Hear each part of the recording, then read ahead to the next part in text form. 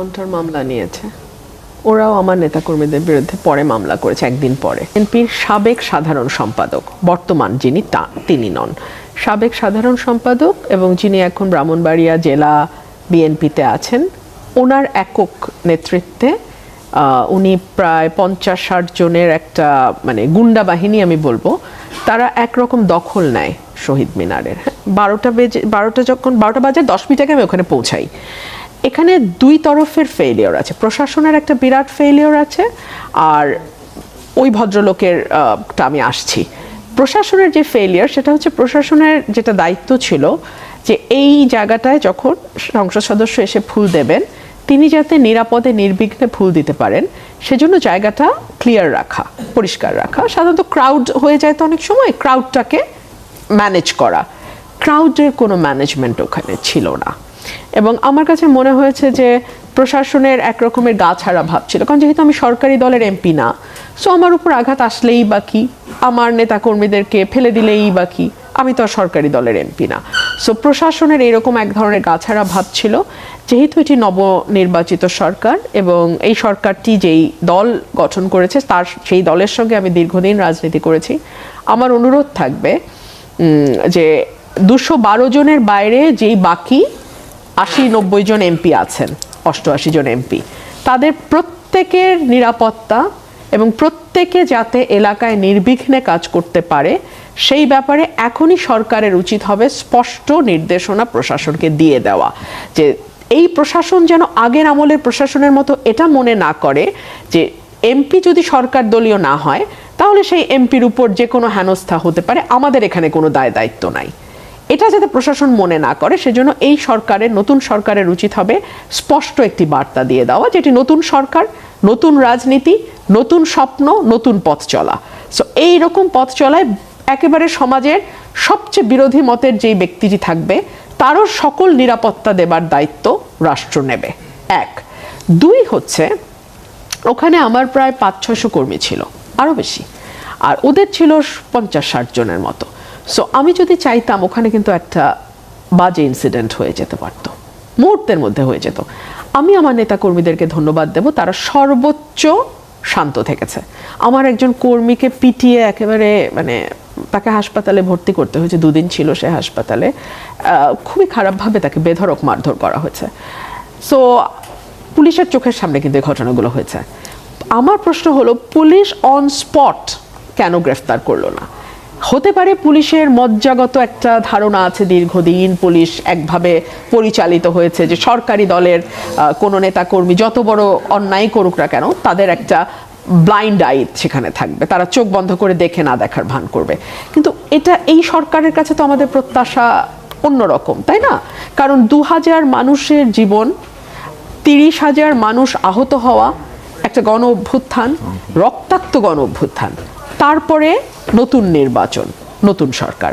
So আশা করব অতীতের যেই ভুল, অতীতের যেই রাজনৈতিক সংস্কৃতি সেটার পুনরাবৃত্তি হবে না। আশা করব নতুন একটা বাংলাদেশ আমরা দেখতে চাই। জি, সবার জন্য নিরাপদ। গত এক সপ্তাহে কি সেরকম বাংলাদেশের প্রতিফলন দেখতে পাচ্ছেন কিনা? আমার সাথে ঘটনাটি দুঃখজনক, খুবই খুবই খারাপ ঘটনা হয়েছে। আপনি যদি সবই বাদ দেন, হেলাল ভাই যে কথাটা বললেন আমি একদম একমত। ধরেন আমি সংসদ সদস্য না, তাতে কি? আমি তো বাংলাদেশের নাগরিক। অনেকেই আমার বাবার পরিচয় নিয়ে আসছেন যে উনি ভাষা আন্দোলনের মহানায়ক, তো ওনার সন্তান দিতে পারছে না। না, আমি সেটাকেও যুক্তিতে আনবো না। শুধু বাবার সন্তান হিসেবে কেন, বাংলাদেশের একজন নাগরিক হিসেবে আমার শতভাগ নিরাপত্তা নিশ্চিতের দায়িত্ব রাষ্ট্রের। একদম সোজা সাপটা কথা, আমার নিরাপত্তা দেবার দায়িত্ব রাষ্ট্রের। এবং এই মেসেজটা এই সরকার, আমি আশা করব, তার প্রতিটা মেশিনারিজের মধ্যে ছড়িয়ে দেবে যে আমার সবচেয়ে বিরোধী যেই ব্যক্তি রাষ্ট্রে বাস করছে সেও যাতে শতভাগ নিরাপত্তার সাথে বাস করতে পারে সেটা এনশিওর করার দায়িত্ব রাষ্ট্রের। এবং এই মেসেজটা লাউড অ্যান্ড ক্লিয়ার এই সরকার দেবে আমি আশা করি। জি, ধন্যবাদ। যদি কিন্তু ছাড়া কথাটি বলতেন, হ্যাঁ আমি কিন্তু আগেই বলেছি এটা ভয়াবহ ঘটনা ঘটে যেত ওখানে, 50 জনকে ওখানে ফেলে দেওয়া কোনো ব্যাপার ছিল না, কিন্তু আমি ধৈর্য ধরতে বলেছি এবং আমার কর্মীরা ধৈর্য ধরেছে। আমার কর্মীরা একদম টু শব্দ করেন, বিকজ আমি বলছি একদম চুপ। আর ভিডিও আছে তো, ভিডিও দেখলে এখন কারো মুখের বয়ান শোনার কোনো দরকার নাই ভাই। আমার ফুল ছেঁড়া হয়েছে, পাড়ানো হয়েছে, এটার ভিডিও আছে। এখন সরকারি দলে গেলে যদি গণমাধ্যমের দিকে চোখ না থাকে, তাহলে তো এই সরকার নিয়ে খুব আশান্বিত হতে পারছি না। আমি আমার প্রথমে যে বক্তব্য দিয়েছিলাম, হেলাল সাহেব যদি কিন্তু ছাড়া কথা বলতেন, তাহলে আমি বরং কিছুটা আশান্বিত হতাম। কিন্তু উনি যদি ভিডিওটা দেখেন, পুরো ভিডিও একটা দুটা না, বাংলাদেশের প্রতিটা চ্যানেল সেটা কভার করেছে, পুরো ভিডিও আছে। সেটা দেখলেই আপনি বুঝবেন কেন 500-600 বনাম 50-60-এ আমার নেতা কর্মীরা সর্বোচ্চ ধৈর্যের পরিচয়। এটা দুঃখজনক। আমরা ইউনিফর্ম চেঞ্জ করেছি, গভর্নমেন্ট শুদ্ধ চেঞ্জ হয়ে গেছে, নতুন নির্বাচন, নতুন সরকার, কিন্তু এখনো হয়তো ইনস্টিটিউশনগুলো নিজেদেরকে ওভাবে রিফর্ম করতে পারে নাই। আমাদের এই যে 17 মাসের নানান রিফর্মের কথা আমরা শুনেছি, সেখানে কিন্তু ইনস্টিটিউশনগুলোকেও গঠন করবার জন্য কমিশনগুলো রিপোর্ট দিয়েছে, এবং এর মধ্যে পুলিশের উপরে কিন্তু বিশাল রিপোর্ট জমা পড়েছে যে পুলিশকে কি করে নতুনভাবে ঢেলে সাজানো যায়। আমার মনে হয় যে এই রিফর্ম কমিশনের যে রিপোর্ট আছে, সেটা নিশ্চয়ই সরকারের হাতেও আছে, সেখান থেকে যেগুলো বাস্তবায়নযোগ্য, যেগুলো সত্যিকার অর্থে পুলিশের মধ্যে পরিবর্তন আনবে, অ্যাটিটিউডে, চিন্তায়, কাজে, মানে ইমপ্লিমেন্টেশনে, সেই বিষয়গুলোকে যদি বাস্তবায়ন করে সরকার, তাহলে আদতে কিন্তু সরকারেরই লাভ হবে। আমি আপনার এখানে আসবার আগে আরেকটা টক শোতে কথা বলছিলাম, আমি সেখানে 21শে ফেব্রুয়ারি নিয়ে যথারীতি প্রশ্ন এসছে। আমার কাছে মনে হয়েছে যে দল পাল্টায়, সরকার পাল্টায়, কিন্তু প্রতিষ্ঠানগুলো, যেগুলো পুলিশ বলেন, প্রশাসন বলেন, তাদের কিন্তু যে নীতিগত চরিত্র, সেটা হচ্ছে সরকারি দলের হয়ে সব সময় কাজ করা। মানে সরকারি দল যতটুকু না চায়, যে বলেন না যে ধরে আনতে বললে বেঁধে আনে, তো আমাদের প্রশাসন এবং পুলিশের চরিত্রটা অনেকটা ওরকম। যদি বলে ধরে আনো, তাহলে বেঁধে আনবে। ধরুন আজকে শিক্ষামন্ত্রী একটা চমৎকার কথা বলেছেন, আমার ভালো লেগেছে, যে সন্ধ্যার পরে যদি ইয়াং ছেলেদেরকে রাস্তায় অযথা ঘোরাঘুরি করতে থাকে, পুলিশ প্রশ্ন করবে। এটা কিন্তু ভালো উদ্যোগ, কারণ আমরা গত কয়েক বছরে লেখাপড়ার যে হাল দেখেছি, এবং ইয়াং জেনারেশনের মোবাইল আসক্তি, মোবাইলের গেম আসক্তি, 4 জন মিলে মোবাইলে গেম খেলা, মানে আমি তো গ্রামে কাজ করেছি গত 9 বছর, গ্রামের একটা ইয়াং জেনারেশনের পুরো ক্যারেক্টার পাল্টে গেছে। হ্যাঁ, তারা পড়াশোনা করতে হয় না সেরকম, মা বাবার আমাদেরকে এসে প্রশ্ন করে যে শুধু মোবাইল নিয়ে সারাক্ষণ তারা থাকে। সো এই যে ইয়াং ছেলেদের ব্যাপারে একটা বার্তা দিল আমাদের শিক্ষামন্ত্রী, এখন পুলিশ যদি গিয়ে প্রথমেই পেটায়, পুলিশ যদি গিয়ে কোনো ছেলেকে বলে তোমার চুল লম্বা কেন বলে পেটায়, কথার কথা বলছে, মানে ধরে আনতে বলে বেঁধে আনার উদাহরণ দিচ্ছি, ওই সাথে সাথে কিন্তু গভর্নমেন্টের এই ভালো উদ্যোগটাও বা মন্ত্রীর এই ভালো কথাটাও মুহূর্তের মধ্যে খারাপ একটা দৃষ্টান্তে পরিণত হবে। সো এই জন্য আমি বলি, সরকারকে তার নিজের স্বার্থেই প্রশাসনকে নিরপেক্ষ হবার বার্তা দেওয়া উচিত। ধরুন আমার ঘটনায় যদি পুলিশ তো অন স্পট ছিল, সাথে সাথে কারা ওই দখল করেছে, এই ভিডিওর ভাই এটা সবাই দেখেছে, বাংলাদেশের এমন কোনো মানুষ নাই মোটামুটি সচেতন তারা ওই ভিডিও দেখে নাই।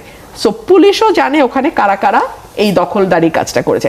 সাথে সাথে যদি তাদের গ্রেফতার করতো, আপনি বলেন তো সরকারের ভাবমূর্তি উজ্জ্বল হতো নাকি হতো না? সরকার কি তার গ্রাম, ওয়ার্ড, ইউনিয়ন লেভেলের কর্মীদের অপকর্মকে বাঁচাতে গিয়ে নিজের ঘাড়ে দোষ নেবে, নাকি সরকার আইনের শাসন প্রতিষ্ঠা, সকলের জন্য আইন সমান, এটা প্রতিষ্ঠা করবার অ্যাটলিস্ট দৃশ্যমান কিছু উদ্যোগ নেবে? এই চয়েসটা কিন্তু সরকারকে মেক করতে হবে। চাইলে কিন্তু সরকারের পক্ষ থেকে যারা টকশো করেন, তারা যদি কিন্তু দিয়ে বিষয়টাকে ডিফেন্ড করার চেষ্টা করতে পারেন, তাহলে কি হবে জানেন? আরো 10টা আসনে উৎসাহিত হবে। শুধু তো আমার আসন না, আরো 88টা আসনেই বিরোধী দলের নেতাকর্মী আছে, এমপি আছে, সেই 88টা আসনকে উৎসাহিত করবে।